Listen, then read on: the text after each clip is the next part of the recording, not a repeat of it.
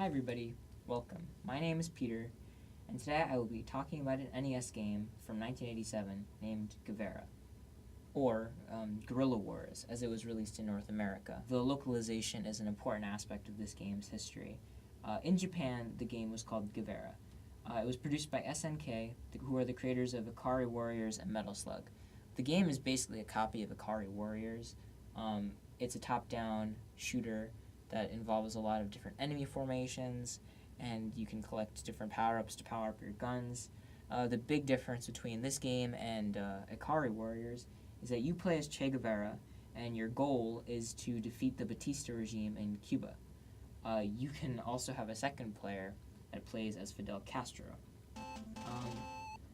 To kind of fill in on the history of Che Guevara and Ernesto Che Guevara, and the sort of events that the game is putting you into, Che is one of the most important figures for Latin America in the past century. The game recounts the 1956 uprising against Fulgencio Batista, who was a dictator of Cuba, backed by the U.S. to increase the profits of American companies. By the late 1950s, the U.S. was effectively in charge of 90% of Cuban mines, 80% of its public utilities, 50% of its railways, 40% of its sugar production. The first level is a plantation, 25% of its bank deposits. Here's the translated version of the Japanese version of the opening text and introduction to Guevara. The corrupt and oppressive regime of Batista has dominated the Cuban working class for too long.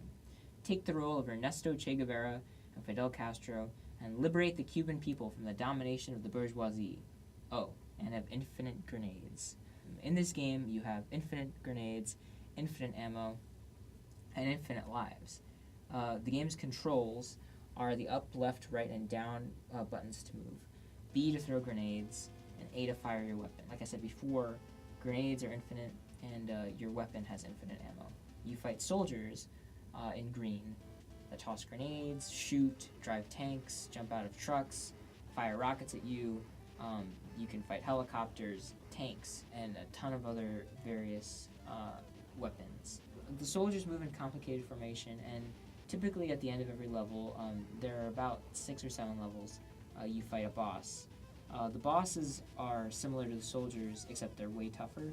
They have larger machines and much heavier weapons. In addition to killing soldiers throughout the level, you can rescue hostages in yellow that reward you 1,000 points each. However, in most levels, the hostages are placed incredibly close to the soldiers that you're fighting, and because the soldiers are constantly moving, there's a chance that you can accidentally shoot a hostage. If you shoot a hostage, you lose 500 points. The goal of this game is to get the most points possible. And because you only have 4 lives at first, when you run out of those lives, your points reset. Although your progress doesn't reset, you start off back from your last death. So this game kind of encourages continuous play, but it doesn't actually set the player back and make them lose progress. Instead, it's to see how many points that they can do from game to game. And the game really doesn't take that long. It definitely made the game easier to have infinite lives and more accessible. And I think that makes it a much more fun game than a lot of the other games for the NES. You progress through plantations, mines, cities, airstrips. You eventually enter Batista's palace and depose the ruler yourself. The game's ending shows the people of Cuba celebrating their deposed leader. The game is a reenactment of an important moment in Cuban history and American history, and is worthy of discussion as casting you as a communist liberator. This story is dropped from the North American version completely. The creators are worried that the game would meet anti-communist sentiments in North America, so SNK, the publishers, did a localization that completely changed the story. In the North American localization, you don't play as Che Guevara. Instead, you play as Player 1, and you don't get to play as Fidel Castro as Player 2 either. You play as Player 2. Instead of fighting on Cuba, you fight on a small island nation that is unnamed.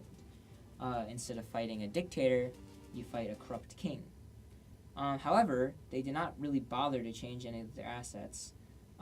The shape of the island in your overworld map looks exactly the same as the one in the original version, which is depicting Cuba. It would have been a big risk to actually have kept the story and just translated the story that the Japanese version was telling.